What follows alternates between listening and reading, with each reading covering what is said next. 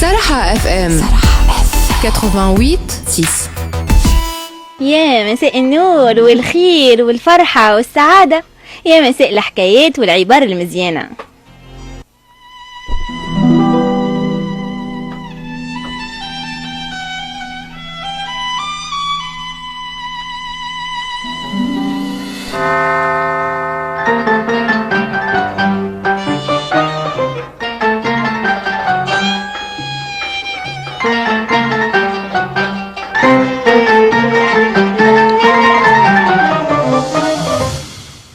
يحكيوا على حاكم من حكام الصين قرر نهار من نهارات باش يحط صخرة كبيرة على طريق من الطرق الرئيسية اللي يتعداو منها برشا ناس. كي تحطت هكا الصخرة الكبيرة سكرت الكياس وما عاد حتى حد ينجم يتعدى. بعد ما الصخرة شدت بلاصتها مشى حاكم الصين للحراس متاعو وقال لهم: يا حراس، نحبكم كل نهار تداولوا على حراسة الصخرة الكبيرة من وراء الأشجار اللي بجنبها من غير ما يحس عليكم حتى حد. نحبكم تعاودوا لي كل حاجة تصير وكل حاجة تتقال، وتعلموني بردود أفعال الناس اللي تتعدى من هوني بالتفصيل. بداو الحراس يخدموا في خدمتهم، وتعدى من غادي تاجر كبير. أول ما شاف الصخرة غزر لها بشمئزاز وبدا يسيح ويعيط وينقد في اللي حطها ويسب ويشتم زاده. روح التاجر منرفز، والحراس يراقبوا في ردود الأفعال ويقايدوا باش يوصلوا مليح اللي صار للملك. وهما هكاكا يتعدى عامل بناء من بحذاها، وردة فعله كانت كيما التاجر اللي سبقوا.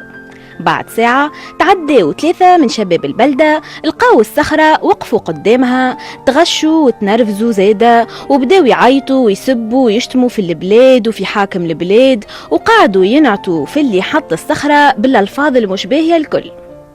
نهارين تعداو والحال هو وردود الأفعال الكل متشابهة، حتى لين في وقت من الأوقات تعدى من غادي فلاح بسيط محسوب على الطبقة الفقيرة.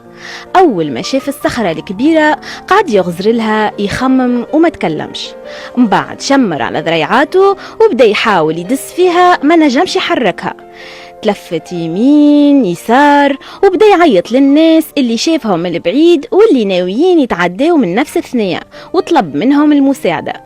تشجعوا برشا ناس وجاو باش يعاونوه، وقعدوا يدزوا معاه فيها حتى لين نجحوا وبعدوها. أول ما بعدت الفلاح لفتت انتباهه حفرة موجودة في البلاصة اللي كانت عليها الصخرة.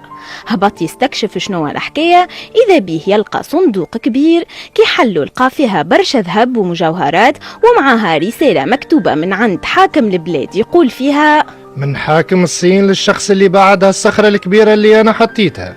هذه مكافأة قررت باش نعطيها للإنسان الإيجابي اللي بادر باش يحل المشكلة اللي عرضته وما ضيعش وقته في الشكوى منها.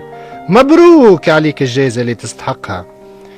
العبرة من خرافة حلقتنا اليوم إنه أي حد فينا لازم كي تعرضوا حاجة ما تعجبوش يحاول يخمم في الحلول اللي تخليه يقدم ويربح وقت. ما لازمش الواحد يقعد يلعب دور الضحية وديما يشكي ويتبكى على وضع البلاد والزهر اللي ما فماش. مش معقول الواحد يضيع عمره ووقته في كلام لا يقدم ولا يوخر. لو كانت تحس بلادك مش عجبتك وناسها همجيين وفوضويين، قوم انتي واسعى باش تكون مثال لناس أخرى تنسج على منوالك وتتبعك. بدل وطور من روحك وحاول تخدم بلادك واستنفع ونفعها.